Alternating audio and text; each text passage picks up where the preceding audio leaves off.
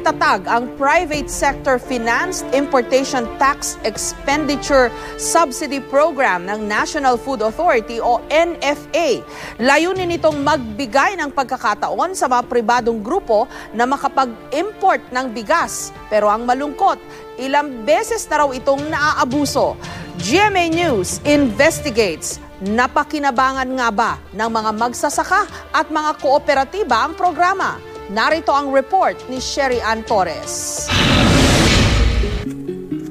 Mula 2008 hanggang 2012, halos 300 pribadong grupo, magsasaka at kooperatiba ang nakinabang sa PSF-TES o Private Sector Financed Importation Tax Expenditure Subsidy Program ng National Food Authority o NFA. Sa ilalim nito, walang babayarang buwis ang mga importer at may kota o limitado lamang ang bigas na maaaring iangkat ng bawat isa sa kanila.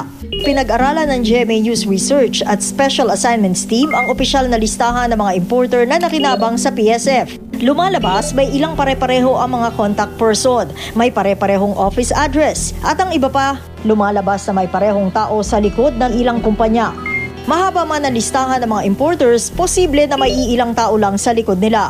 Sa mga naunang investigasyon ng Commission on Audit o COA at ng Senado, nasita na ang mga ganitong kaduda-dudang detalye ng mga importer. Nagkulangan ni NFA na eksaminin ang lahat ng aplikante. Maraming loopholes.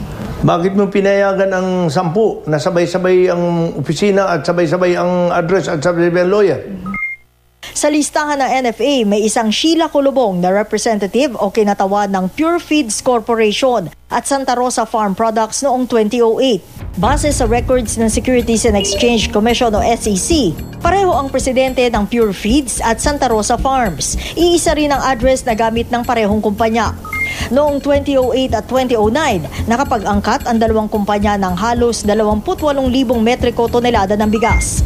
Isang Alfred C. naman ang tumatayong representative ng Golden Season Grain Center, LM Cereal Corporation, at nang nakalistang isang Dolorita Principe. Noong 2009, nakapag-angkat ang grupong ito ng 15,000 metric tons ng bigas. Sa ilalim ng PSF, nakalibre sila ng hindi bababa sa 30 milyong pisong buwis.